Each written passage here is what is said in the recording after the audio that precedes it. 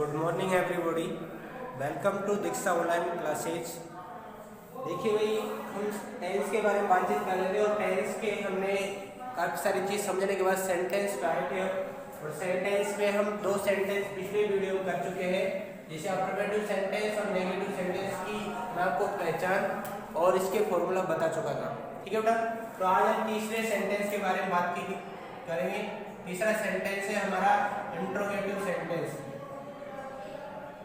Interrogative sentence, interrogative sentence ये आपको पता है, जब भी कोई क्वेश्चन किया जाता है, प्रश्न पूछा जाता है, वो इंट्रोगेटिव सेंटेंस होता है। तो अर्थात इसकी हम पहचान समझे तो पहचान ये होती है हमारे कि भाई जिस भी कोई सेंटेंस हो, किसी भी तरह का कोई सेंटेंस हो जिसके अंदर क्वेश्चन किया जाए, ठीक है बेटा, प्रश्नवाचक वाक्य होता है। प्रश्नवाचक वाक्य होता है, यानी कहने का मतलब है कि इसके अंदर क्वेश्चन किया जाएगा आपसे, क्वेश्चन, और अंत में और वाक्य के अंत में प्रश्नवाचक चिन्ह होता है। प्रश्नवाचक चिन्ह होता है, यानी इंट्रोगेटिव मार्क्स होता है। ठीक है भाई, तो इंट्रोगेटिव सेंटेंस की पहचान क्या हुई कि प्रश्नवाचक वाक्य होता है जिसके अंदर क्वेश्चन किया जाएगा आपसे किसी भी तरह से, यस नो में भी किया जा सकता है और अन्य डेस्क्रिप्टिव टाइप से क्वेश्चन किया जा सकता है, और इस वाक्य के अंत में आपको इंट्रोगेटिव मार्क्स मिलेगा। ठीक है बेटा, अब इसको हम टू टाइप से होते हैं इंट्रोगेटिव सेंटेंस। ये दो प्रकार से होते हैं, there are divide into two types. एक तो पहला होता है हेल्पिंग वर्ब वाला इंट्रोगेटिव सेंटेंस, यानी हेल्पिंग वर्ब से शुरू।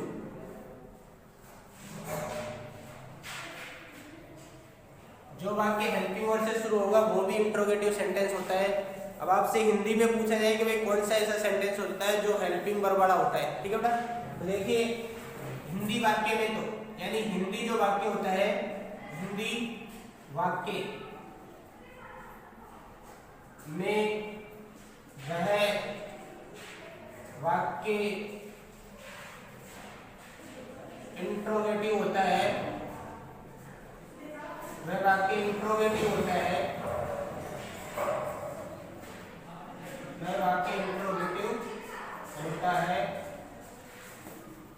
जिस वाक्य की शुरुआत, जिस वाक्य की शुरुआत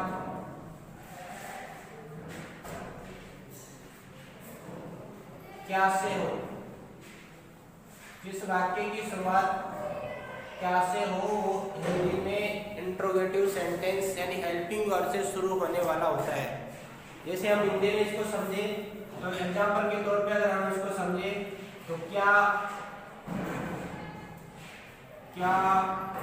वह पुस्तक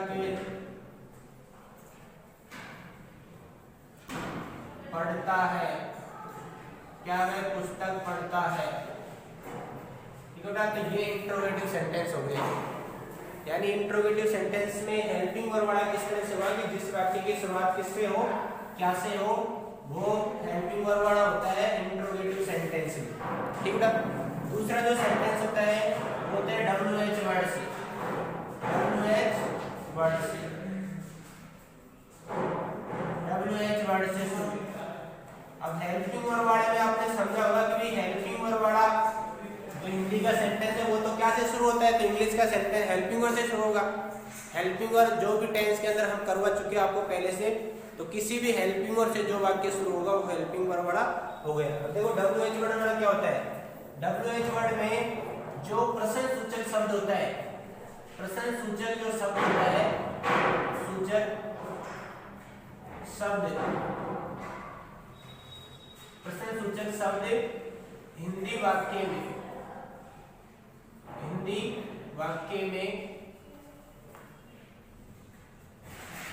शुरू में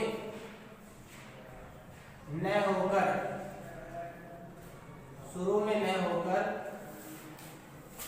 अन्य जगह होते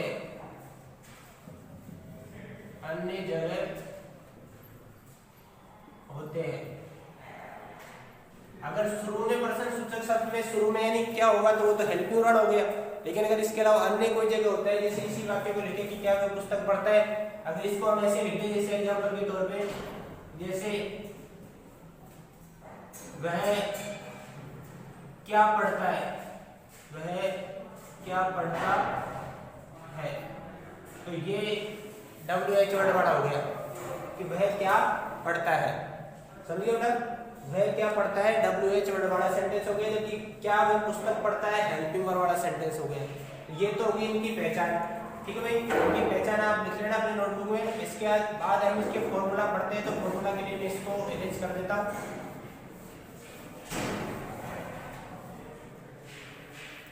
आपसे वापस मैं अगर चर्चा करूं कि किस वाक्य को हेल्पिंग वर्ड से बनाएंगे इंग्लिश में, तो कौन सा होता है, जिस वाक्य के शुरू में, हिंदी वाक्य के शुरू में क्या मिले आपको वो हेल्पिंग वर्ड वाला होता है, ठीक है, और जिसके शुरू में क्या नहीं मिले वो WH वर्ड वाला होता है।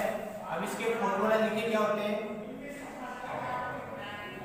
फॉर्मूला दो होते हैं हमारे इंट्रोगेटिव सेंटेंस। तो पहला हेल्पिंग वर्ड वाला फॉर्मूला, सबसे पहले हेल्पिंग वर्ड लिख दिया तो हेल्पिंग वर्ड भी सबसे पहले आएंगे, हेल्पिंग वर्ड प्लस फिर आएगा सब्जेक्ट, फिर मेन वर्ड, ऑब्जेक्ट, फिर अदर वर्ड और अंत में क्वेश्चन मार्क, ठीक है, ये तो हो गया हेल्पिंग वर्ड वाला। दूसरा WH वर्ड वाला, WH वर्ड वाले में शुरू में WH वर्ड आ जाएगा, एक WH वर्ड वाला फॉर्मूला है तो शुरू में WH वर्ड आ गया, WH word plus helping word. ये ब्लैंक में इसलिए छोड़ रहा हूँ कि आपको पता है जो भी टेंस होगा उसकी हेल्पिंग वर्ड हम यहाँ लिख लेंगे, ठीक है भाई। ये main word plus object plus other word और वही पर्सनवाचक चिन्ह अंत में। ये हेल्पिंग वर्ड का फॉर्मूला हो गया, हेल्पिंग वर्ड सबसे पहले आ गया, WH वर्ड वाले में WH वर्ड सबसे पहले आ गया। अब हमारा चौथा सेंटेंस आता है इंट्रोगेटिव नेगेटिव सेंटेंस, ठीक है। तो इंट्रोगेटिव नेगेटिव सेंटेंस में वही पहचान क्या होती है कि भाई इसके अंदर आपको इंट्रोगेटिव नेगेटिव सेंटेंस में आपको केवल वाक्य में नोट भी मिलेगा, यानी प्रश्नवाचक चिन्ह तो मिलेगा, इसके साथ साथ नोट भी आपको वाक्य में दिया जाएगा। इंट्रोगेटिव नेगेटिव सेंटेंस,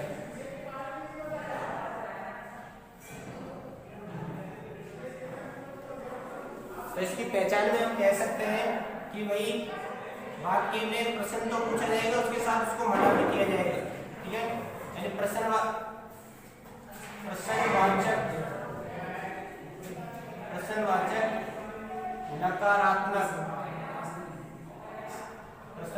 नकारात्मक वाक्य होता है,